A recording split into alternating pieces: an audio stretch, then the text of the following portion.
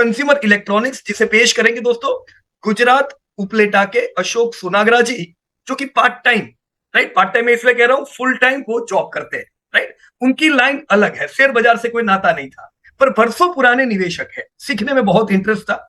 इन्होंने, अशोक भाई ने दोस्तों बढ़िया लर्न किया, अपने अनुभव को ऐड किया, और देखो बढ़िया प्रगति कर रहे हैं। तो मैं सबसे रिक्वेस्ट करूंगा, अशोक भाई से जो आज इनपुट मिले उसे जरूर नोट डाउन कीजिए। This inputs will be highly useful in creating wealth portfolio. So let me help welcome Ashok Sonagara ji from Upleta Gujarat. Welcome Ashok bhai. Hello दोस्तों, आज हम अपनी जो शुरू है 9 मंथ रिजल्ट की इसमें और आगे बढ़ रहे हैं दोस्तों। तो आज मैं ये कंज्यूमर इलेक्ट्रॉनिक्स का जो सेगमेंट है उसके रिलेटेड मैं जो अभी 9 मंथ का हेवल्स का रिजल्ट आया है वो प्रेजेंट करने वाला हूं दोस्तों। तो हेवल्स का जो 9 मंथ का रिजल्ट है इसमें मैं ये चीज बताऊंगा। चलो हम सबसे स्टार्ट करते हैं कि भाई हेवल्स क्यों क्यों हेवल्स लेना चाहिए। हेवल्स क्या वेल्थ क्रिएटर स्टॉक्स है, क्या बन सकता है वेल्थ क्रिएटर, क्या हुआ है, पीछे क्या हुआ और आगे क्या हो सकता है, इसके बारे में चर्चा करेंगे। हेवल्स की पिछली हिस्ट्री, ये पूरा जो सेगमेंट है उसकी बात और कुछ नई चीजें मैं आपको बताने वाला हूं। तो चलो सबसे पहले हेवल्स क्यों और it is the wealth creator मैं आपको बताने वाला हूं। तो सबसे पहले हेवल्स क्या क्या प्रोडक्शन करता है। सबसे पहले देखिए तो वो अलग अलग मतलब उसका बिजनेस था केबल का। तो वो केबल के अंदर उसका डाइवर्सिफिकेशन था, केबल में ही वो गिनी जाती थी, लेकिन उसका उसने और भी जो जैसे कि लाइटिंग का, कंज्यूमर ड्यूरेबल्स चीजों का, अदर्स यानी कि सोलर का, पंप्स का, और जो अभी 2017 में उसने लोई डिवीजन परचेज किया तो वो भी एक इसका हिस्सा हो गया है। और वो लाइटिंग का भी काम करती है। यहाँ जो आपको एक राम मंदिर का फोटो दिखता है दोस्तों, तो ये पूरे मंदिर का, ये जो आपको लाइट दिखती है ये पूरे मंदिर का जो कॉन्ट्रैक्ट है हेवल्स को मिला है। तो ये भी उसके लिए सिंपल वाली बात है। तो चलो अब हम देखते हैं कि ये अलग अलग कौन से, इसीलिए ये सिर्फ केबल में नहीं लेते हुए हमने इसको कंज्यूमर इलेक्ट्रॉनिक्स के साथ, इंडस्ट्रीज के साथ उसको कंपेयर किया है। तो अब देखते हैं कि उसकी जो रेवेन्यू मतलब उसकी जो इनकम कौन से सेगमेंट से आती है। तो सबसे ज्यादा यहाँ हमें देखते हैं दोस्तों, अगर 9 मंथ की बात करें तो सबसे ज्यादा इनकम उसकी 35% केबल से आती है।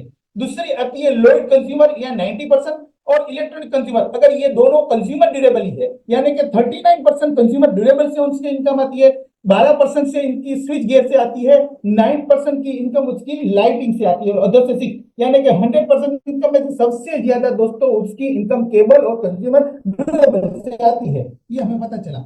और हम देखते हैं कि पूरी जो केबल इंडस्ट्रीज है उसमें उसका मार्केट शेयर कितना है। तो यहाँ हमें सबसे ज्यादा मार्केट के पॉलीकेब का जो अभी थोड़े दिन पहले हाईलाइट में था वो वह गिरा था, आपको पता है वो भी एक सबसे ज्यादा मार्केट में। इसके बाद हमारा हेवल्स का जो मार्केट शेयर है 11% का है। हेवल्स सिर्फ इंडिया के अंदर ही सेल नहीं करती है दोस्तों, हेवल्स का सेल्स पूरे एक्सपोर्ट भी करती है, यानी कि 70 से ज्यादा कंट्री में वो एक्सपोर्ट करती है। और जो पूरे जो उसका जो पूरा जो एक्सपोर्ट होता है उसमें से 60% जो है वो केबल का एक्सपोर्ट करती है। इसके अलावा भी और चीज वो एक्सपोर्ट करती है। फिर हम देखिए हमने देखा कि उसका ज्यादातर इनकम मतलब रेवेन्यू केबल से आता है।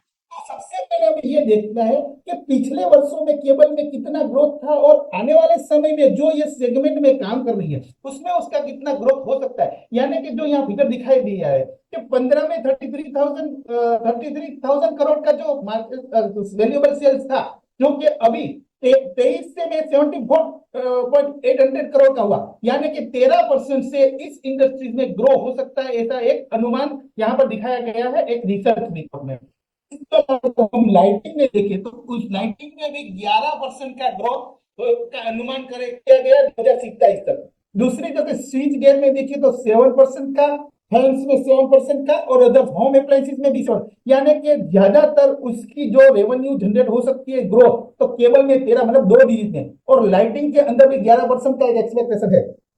अब देखते हैं दोस्तों, इंडिया में हमें पता है कि ब्रांडेड और अनब्रांडेड दोनों का मार्केट है। तो 2015 के अंदर हम देखिए तो अनब्रांडेड जो मार्केट थी 43% थी, जबकि ब्रांडेड मार्केट थी ये केबल की वो 57। लेकिन धीरे धीरे जिससे लोगों की इनकम बढ़ती है तो वो ब्रांडेड की ओर टर्न होते हैं। तो यहाँ पर देखिए 2023 आते आते जो अनब्रांडेड की जो मार्केट है वो सिर्फ 28% रह गई, यानी कि 72% ब्रांडेड में आ गई। अब हम देखिए कि 2027 में हम ऐसा अनुमान करते हैं कि हमारी जो ब्रांडेड जो मार्केट है वो 80% कवर कर लेंगी और अनब्रांडेड सिर्फ 20% रह सकेगी। तो अब हम देखते हैं कि इंडस्ट्री और ये कंज्यूमर इलेक्ट्रॉनिक्स के अंदर जो आती है, तो उसमें लिस्टेड जो हमारे इंडिया की जो कंपनियां हैं उसका मार्केट कैप कितना है। तो 13 लाख करोड़ का जो मार्केट कैप पूरा है ये हमारी इंडियन लिस्टेड कंज्यूमर इलेक्ट्रॉनिक्स का है। इसमें सबसे ज्यादा 61% मार्केट का अकेली हेवल्स का है। दूसरे नंबर पे डिक्सन। यहाँ देखिए डिक्सन डायरेक्टली कोई सेल्स नहीं करती है, लेकिन कंज्यूमर ड्यूरेबल या तो इलेक्ट्रॉनिक्स के लगती जो कोई डिवाइस कंपनी है उसको वो पार्ट्स सप्लाई करती है, यानी कि डायरेक्टली वो उस सेलिंग में B2C जैसे बोलते हैं बिजनेस टू कंज्यूमर में वो डायरेक्ट नहीं है, लेकिन वो कंपनियों को डिवाइड करती है। यहाँ पर बाकी की जो कंपनियां हैं उसका मार्केट से बहुत मार्केट का छोटा है, तो इसको हम यहाँ पर इतने ध्यान नहीं देते। अब हम देखिए कि पूरी इंडस्ट्री वो कितना सेल करती है, तो यहाँ हमें दिखाई दिया है कि 34,000 करोड़ का सेल्स पूरी इंडस्ट्रीज ये कंज्यूमर इलेक्ट्रॉनिक्स करती है, जिसमें से 50% का जो सेल्स है अकेली हेवल्स का है, और दूसरे नंबर पे आती है 36% यानी कि डिक्सन। बाकी की कंपनियां 3 to 4% में है। अब हम देखिए कि यहाँ पर जो सेल्स ग्रोथ का अगर बात करें पिछले 5 साल का, तो सबसे ज्यादा पीजीएल दिख रही है, लेकिन उसका देखो मार्केट से भी कितना था, तो हम इसको कंसीडर नहीं करें। लेकिन हाँ, इसके बाद अगर हम देखिए डिक्सन का 34% का, तो हम इसमें निवेश बिल्कुल कर सकते हैं, लेकिन ये ध्यान रखना है दोस्तों कि ये सिर्फ पार्ट सप्लाई करती है, जबकि यहाँ हैवल्स में हमें दिखाई दिया कि वो अलग अलग सेगमेंट में 3-4 से ज्यादा सेगमेंट में काम करती है। तो ये भी, तो यहाँ पर हमें हैवल्स का पिछले 5 साल का रिकॉर्ड देखिए तो यह 15% के उसने ग्रो किया है। अब हम देखिए प्रॉफिट, तो 1500 करोड़ का प्रॉफिट ये पूरी सेगमेंट की कंपनियों ने किया है, जिसमें से 68% प्रॉफिट अकेली हेवल्स का है। यहाँ पर दूसरे नंबर पे आती है डिक्सन जिसका 16% का है। अब यहाँ मार्जिन, सबसे पहले जो प्रॉफिट से बाद मार्जिन को देखा जाता है, तो यहाँ में मार्जिन हेवल्स का 6.4, ये जो दो कंपनियों का मार्जिन हमें दिखाई जाए तो ये हमें पता है, तो उसका सेल्स कम है, मार्जिन ज्यादा है, लेकिन जितना मार्केट कैप ज्यादा होगा, जितनी इक्विटी बड़ी होगी, तो वो मार्जिन को हम कंसीडर करते हैं। तो यहाँ पर इस पूरे सेगमेंट पे हम डिक्सन और जो हेवल्स जिसका मार्केट कैप भी ज्यादा था और सेल्स भी बड़ा था, तो इसके हिसाब से हमें 6.34 यहाँ पर मार्जिन मिला, ये हम ध्यान में रखेंगे। अब हम देखिए सोल्वेंसी रेशियो, किसी भी कंपनी में निवेश करना है दोस्तों, तो सबसे पहले देखा जाए कि उसके ऊपर डेब्ट कितनी है, क्योंकि ये इंपॉर्टेंट पॉइंट है। अगर कोई डेब्ट फ्री कंपनी होगी तो वो हमें कितना रिटर्न दे सकती है। अभी मैं आपको बताऊंगा कि यूएस में कितना, जिन लोगों को 23 साल पहले जिसने निवेश किया है उसको कितना, तो उसके लिए सबसे पहला पॉइंट तो सेल्स, मार्केट कैप देखा, सेल्स देखा, प्रॉफिट को हम इतने कंसीडर नहीं करते कभी भी, लेकिन मार्जिन को देखते हैं। लेकिन दूसरा जो इसका पॉइंट है सोल्वेंसी, यानी कि डेब्ट टू इक्विटी रेशियो। याद देखिए कि डेब्ट फ्री कंपनी हेवल्स है, यहाँ आईसीआर यानी कि जो छोटे छोटे टाइप पे वो फाइनेंस लेती है, तो वो इतना प्रॉफिट करती है कि वो अपना फाइनेंस रीपे कर सके। तो यहाँ पर सबसे 494 का आईसीआर है, तो वो सबसे अच्छा पॉइंट है। इसके बाद देखिए करंट रेशियो, करंट रेशियो यानी कि इसके मुकाबले उसकी लायबिलिटी यहाँ पर भी 2 यानी कि 0 के बराबर है। डेब्ट रेशियो वो भी 0.34, मतलब ये सोल्वेंसी के अंदर हेवल्स हमें नंबर 1 दिखाई देती है। तो इसके बाद हम देखिए कि प्रॉफिटेबिलिटी, मतलब अरे चलो हमने सेल्स भी मान लिया, लेकिन प्रॉफिट कितना करती है, तो हमें यहाँ पर देखिए तो रिटर्न ऑन इक्विटी यानी कि 50.5% की हमें हेवल्स में मिली है। Return on paid up equity यानी कि टोटल इक्विटी के मुकाबले यानी 70 टाइम्स, मतलब 17 की आई है। और रिटर्न ऑन एसेट यहाँ पर भी 9.70, मतलब एसेट के मुकाबले 9.73% का रिटर्न उसने जनरेट किया है। अब हम देखिए ये तो हमने देखा पूरी इंडस्ट्री का, लेकिन अब इंडिविजुअल हेवल्स की हिस्ट्री क्या है ये मैं आपको बताने वाला हूँ। यहाँ देखिए दोस्तों 1995 के अंदर 22 करोड़ का सेल्स करती थी, जो अभी 2023 आके 17,000 करोड़ का वो सेल्स करती है। मतलब इसमें जबरदस्त ग्रो सेल्स में क्या है ये, या कंसिस्टेंसी सेल्स ग्रो क्या है। अब हम देखिए प्रॉफिटेबिलिटी, देखिए 1995 में सिर्फ 1 करोड़ का प्रॉफिट करती थी, जो कि अभी 2023 में 1,000 करोड़। देखिए दोस्तों कहीं पर भी आपने इसको देखा है कि उसने लॉस किया है, कहीं पर भी। यहाँ देखिए कंसिस्टेंसी उसने प्रॉफिट ही किया, ऊपर नीचे थोड़ा बहुत हुआ है, लेकिन कभी भी उसने लॉस नहीं किया। क्यों? क्योंकि वो डेट फ्री कंपनी है, कंसिस्टेंसी सेल्स बढ़ रहा है, तो ये अच्छी कंपनी का पॉइंट से इसको ध्यान रखना। अब देखिए यहाँ पर अगर हम मार्जिन को देखें 1995 से देखिए 90 तक, यहाँ नीचे जो दिखाया है पर कैपिटा इनकम, यानी कि जब लोगों की कैपिटल इनकम 7% से 9% थी, तब भी वो हमें 7% से 3% से 7% की मार्जिन इस कंपनी ने जनरेट करके दिया। लेकिन जैसे जैसे लोगों की इनकम बढ़ती है तो उसकी परचेसिंग पावर बढ़ती है, तो जैसे परचेसिंग पावर बढ़ती है तो लोगों एक ब्रांडेड में जाते हैं और वैल्यूएबल, जो जैसे कि हम देखते हैं कि मारुति का जो परचेस करती है और रोल्स रॉयस, तो दोनों की कीमत में अलग अलग प्राइसेस, मतलब जैसे जिसकी कीमत बढ़ती है उसी तरह उसकी मार्जिन भी बढ़ती है। तो यहाँ लोगों की जैसे इनकम बढ़ेगी तो उसने भी देखो इसी तरह यहाँ में 10 से 13% का मार्जिन उसने पिछले 10 साल में दिया। मतलब जैसे इनकम बढ़ी तो इस कंपनी ने मार्जिन भी, मतलब उसने जो प्रोडक्ट बढ़ाई। पहले देखो दोस्तों, पहले हमारी इनकम कम थी तो हमारे घरों में फैन बस ऐसी लगता है, लेकिन आज हर सामान्य से सामान्य से व्यक्ति के घर में एसी अवेलेबल हो गया। यानी कि इनकम बढ़ी तो जो जिसकी परचेसिंग पावर के कारण ये कंपनी की जो वैल्यूएबल प्रोडक्ट है वो भी बिकी और इसके लिए मार्जिन भी बढ़ी है। अब देखिए देखो, जैसे मार्जिन भी बढ़े ऐसा नहीं, उसने जो 1995 में उसकी जो 5 करोड़ की रिजर्व थी वो बढ़ के 6500, यानी कि रिजर्व भी कंसिस्टेंसी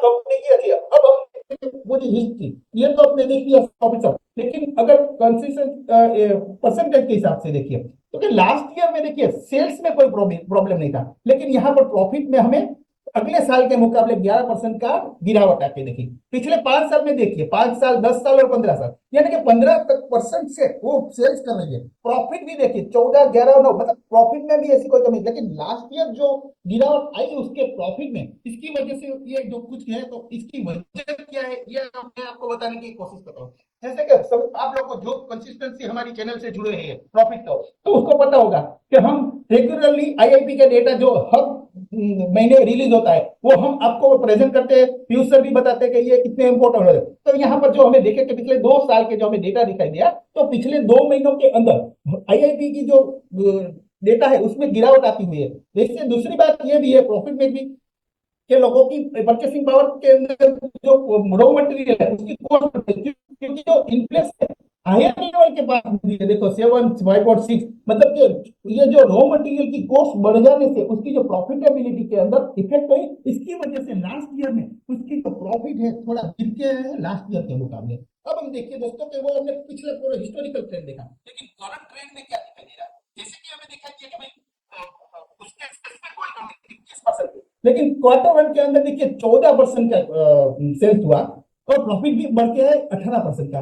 लेकिन यहाँ पर देखिए धीरे धीरे जो हमने देखा कि लास्ट क्वार्टर के अंदर जो यहाँ पर जो नीचे आईआईपी करके कंज्यूमर ड्यूरेबल के डेटा दिखाई दे रहा है, यहाँ पर जो गिरावट दिखाई दे रही है पिछले 2 महीनों में कंज्यूमर, मतलब कि पूरे सेगमेंट में यहाँ पर जो गिरावट है इसकी इफेक्ट यहाँ पर दिखाई दे रही है। यानी कि देखिए क्वार्टर 1 में 14% का सेल्स ग्रोथ था और H1 में 10% और इस 9 मंथ में 9% तक का रह गया।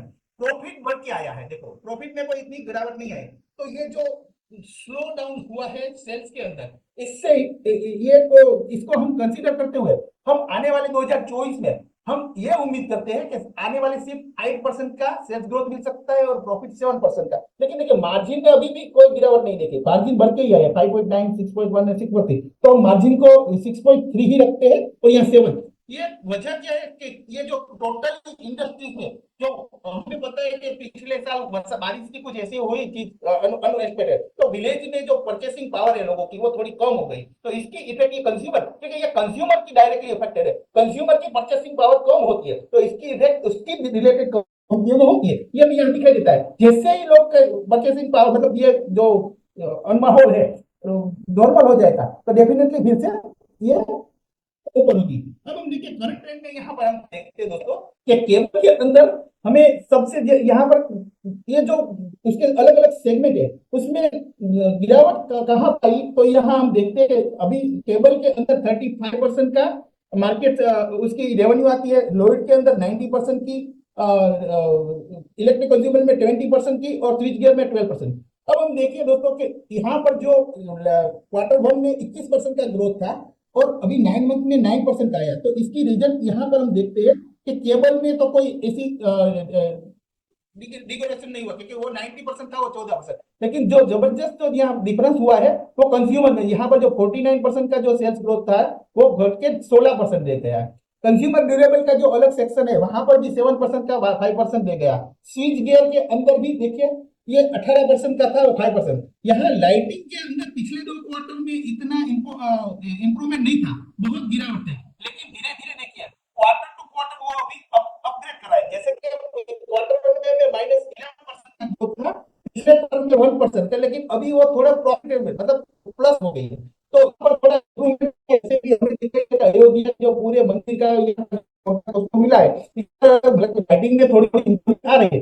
10 में भी देखिए तो ये 12%, मतलब कि सबसे ज्यादा जो यहाँ हमें दिखाई दे रहा है, जैसे भी डेटा के अंदर हम देखा गया कि भाई ज्यादा से ज्यादा उसको कंज्यूमर में मार पड़ी है। बाकी जो अलग अलग केबल और अदर सेगमेंट में इतना इसका डिफरेंस नहीं हुआ है। अब हम देखिए दोस्तों कि ये जो उसको प्रॉफिटेबिलिटी का जो डिफरेंस हुआ है, तो यह सबसे ज्यादा जो उसका मेजर एक्सपेंस है, तो रॉ मटेरियल 58% का हिस्सा उसको एक्सपेंस में 58% का कंट्रीब्यूशन होता है। इसके बाद पेड के अंदर 15% का। तो ये अलग अलग सेगमेंट है। तो यहाँ पर देखिए तो 20% का जो कॉस्ट था ये भी 4% करेगा। इसकी वजह से यहाँ पर जो पिछले क्वार्टर में जो एनुअल में हमें 11% का लॉस था, तो जो क्वार्टर 1, 2, 3 में जो प्रॉफिट बढ़ के आया, तो इसकी वजह से ये थी कि उसका जो रॉ मटेरियल कॉस्ट था जो धीरे धीरे कम आया, इसकी वजह से हमें प्रॉफिट थोड़ा अप देते हुए है। अब हम देखते हैं कि फ्यूचर्स में ये तो हमने पूरे पिछले हिसाब से देखा, तो आगे आने वाले समय में कैसा रह सकता है इस पूरी इंडस्ट्री का। तो सबसे पहले देखिए कि अभी जो इंटरिम बजट आया उसमें हमारे फाइनेंस मिनिस्टर ने क्या किया कि भाई 1,000 करोड़ घर हम लोगों को बना के देंगे। तो यहाँ पीएम प्रधानमंत्री आवास योजना के अंदर जो यहाँ पर डेटा दिए गया कि यहाँ पर भी जितने बने हैं और भी 1 करोड़ घर बनने वाले हैं। तो जैसे ही घर बनेंगे तो उसमें केबल का यूज होगा, वो लोग नए घर बनाएंगे तो उसको नई प्रोडक्ट मतलब कंज्यूमर की कोई भी एसी लगाएंगे, फैन लगाएंगे, तो उसकी ही डिमांड मतलब 1 करोड़ में कुछ ना कुछ तो लेके आएंगे। यहाँ पर जो जैसे डेटा देखा कि 2023 में सिर्फ अगर केबल का जो हिस्सा है 32.8% था, लेकिन 2027 में हम मानते हैं कि 30.4, मतलब कि केबल की डिमांड बढ़ सकती है, ऐसा यहाँ पर मान सकते हैं।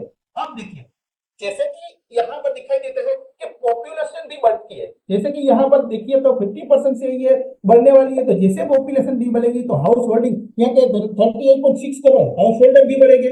और यहाँ पर जो डेटा दिखाई देता है कि सबसे पहले 2010 के अंदर $50,000 की जो इनकम थी सिर्फ 17% के पास थी, लेकिन आने वाले 2030 तक वो इनकम बढ़कर 42% लोगों की हो जाएगी। यानी कि इनकम भी बढ़ेगी, पॉपुलेशन भी बढ़ेगा और हाउस होल्डिंग बढ़ेगा। तो इसका इनडायरेक्ट इम्पैक्ट इस कंज्यूमर ड्यूरेबल की कंपनियों में हो सकता है। ये डेटा से हम एक अनुमान लगा सकते हैं।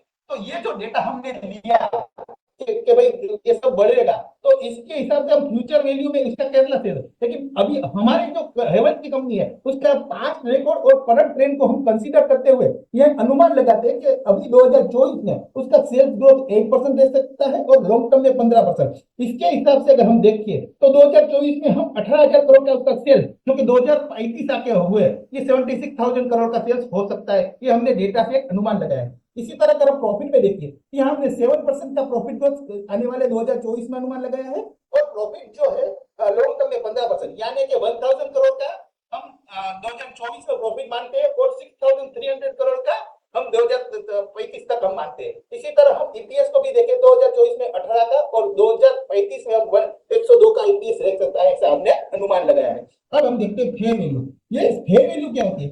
ये जो हमारे पास ग्रोथ सेल्स ग्रोथ होता है उसके हिसाब से हम कंपनी के जो ब्रांड्स की वैल्यू करते हैं। तो यहाँ देखिए 2024 में उसकी वैल्यू 700, जो अभी ये तो 1350 पे चल रहा है, यानी कि अपनी फेयर वैल्यू से वो बहुत ऊपर है। तो इसीलिए तो उसका पी महंगा है 70 पे। और लास्ट ईयर में हम देखें 2023 में इसका ईपीएस 17 था, हम ट्रेड ईपीएस को देखें तो 19 के पास आएगा, और फॉरवर्ड ईपीएस हम 18.3 का रखते हैं। तो इसके उसका पे थोड़ा शेयर महंगा है क्योंकि उसका पी रेशियो 5 है। तो ये जो क्यों महंगा है, क्योंकि अभी देखिए दोस्तों उसकी जो रियल वैल्यू है उससे ये थोड़ा महंगा है। अब हम देखिए 2030 में हम उसकी फेयर वैल्यू 2200 और 2035 रोके 3500। तो ये फेयर वैल्यू से उस टाइम प्राइस ज्यादा भी हो सकते हैं दोस्तों, ये याद रखें। अब देखिए जो मैंने पहले बताया कि ये रियल है नहीं, तो ये आपके रियल डेटा आपके सामने प्रेजेंट करना चाहूंगा दोस्तों। अगर किसी ने भी सिर्फ एक शेयर जिसकी यहाँ पर जो आपको नीचे दिखाई दे रहा है, ये पूरे वर्ष में उसने हाई प्राइस कितना लगाया था, लो प्राइस कितना, तो इसके हिसाब से उसका प्राइस हाई 178 रुपीज है। मतलब कि 2001 में किसी व्यक्ति ने सिर्फ एक शेयर में 178 रुपीज लगाया होता, तो उसकी आज वैल्यू देखिए दोस्तों, 2023 में 1,12,400 रुपये हो गई। अशोक भाई ये कैसे हो सकता है, ये थोड़ा जादू है, हमें तो इतना नहीं दिखाई दे रहा है प्राइस। तो चलो मैं आपको समझाता हूँ दोस्तों। 2001 के बाद उसको स्प्लिट 2005 में जो 10 रुपीस का शेयर था वो एक के बदले 2 हो गया, क्योंकि स्प्लिट कर दिया। तो जिसके पास ये एक शेयर था उसके पास 2 हो गया। इसके बाद बार बार बोनस आया, यहाँ पर 2007, 8 और 12, यानी कि बोनस तो 4 हो गया, 4 का 8 हो गया, 8 का 16 हो गया। 16 के बाद 2016 में वही शेयर फिर से स्प्लिट हो गया, 5, एक शेयर के मुकाबले आपको 5, यानी कि आपके पास 16 शेयर था तो आपका शेयर हो गया 80 शेयर, यानी कि आपने एक शेयर खरीदा था, अभी आपके पास 80 शेयर हो गया।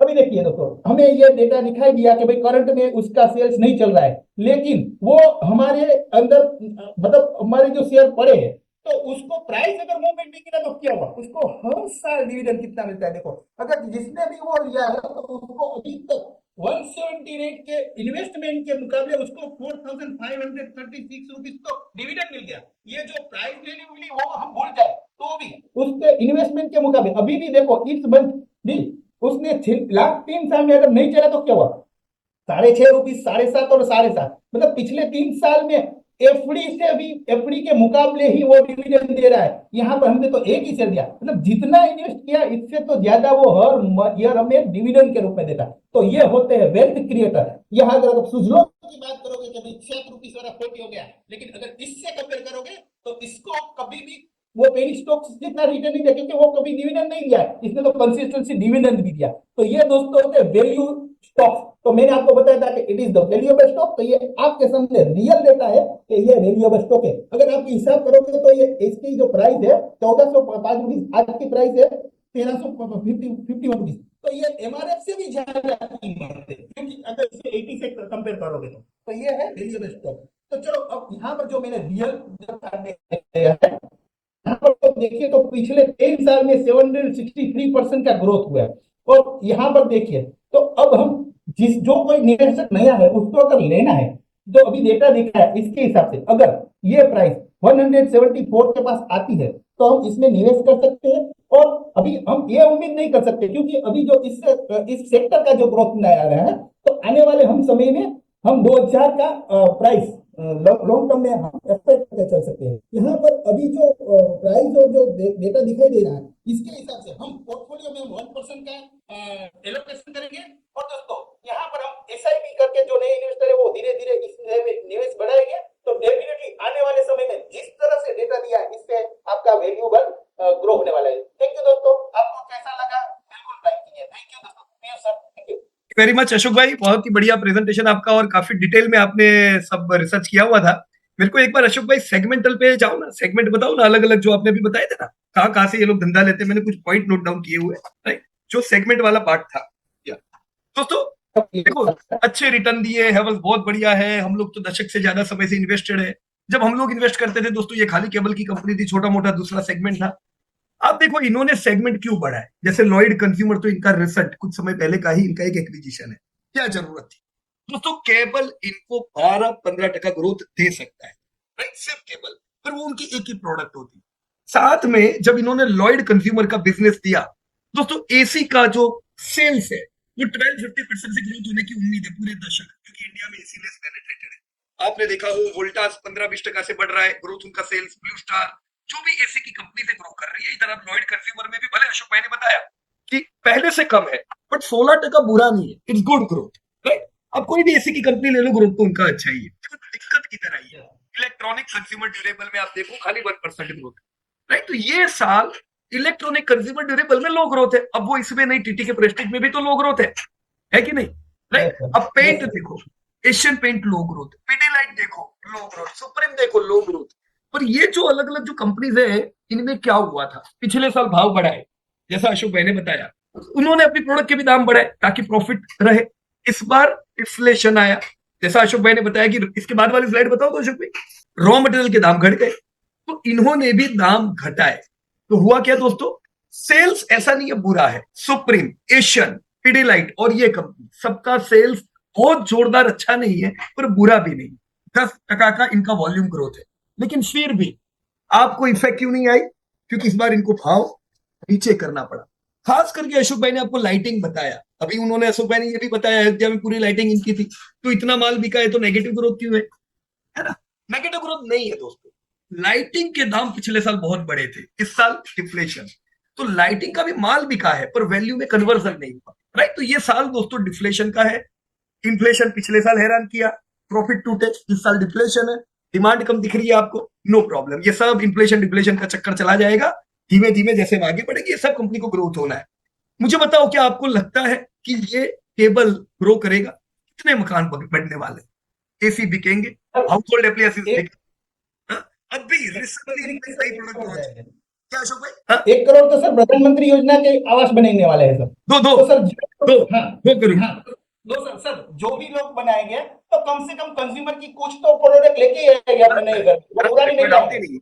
तो नहीं, सर अब सर फैन और ग्रोथ अशोक भाई यहाँ पे है ना, कोई टेंशन नहीं है, 12-15% का ग्रोथ तो मिल रहा है। बिल्कुल पर आपने जो बिल्कुल लास्ट स्लाइड बताई ना, वो लास्ट स्लाइड बड़ी इंपॉर्टेंट है, चार्ट वाली, राइट? हम एक्सेप्ट कर लेते हैं कि ग्रोथ नहीं है इस साल, लो ग्रोथ, तो इस साल अब 2080 का टारगेट भी मत उम्मीद करो, जैसा अशोक भाई ने बोला, एसआईपी करते रहो, एक्यूमुलेट करो, जिसके पास नहीं है आप एक्यूमुलेट करो ना, ऐसे ही समय पे तो एक्यूमुलेट करना है, अब है तो भी कोई दिक्कत की बात नहीं है, डिविडेंड नहीं आ रहा है क्या, राइट?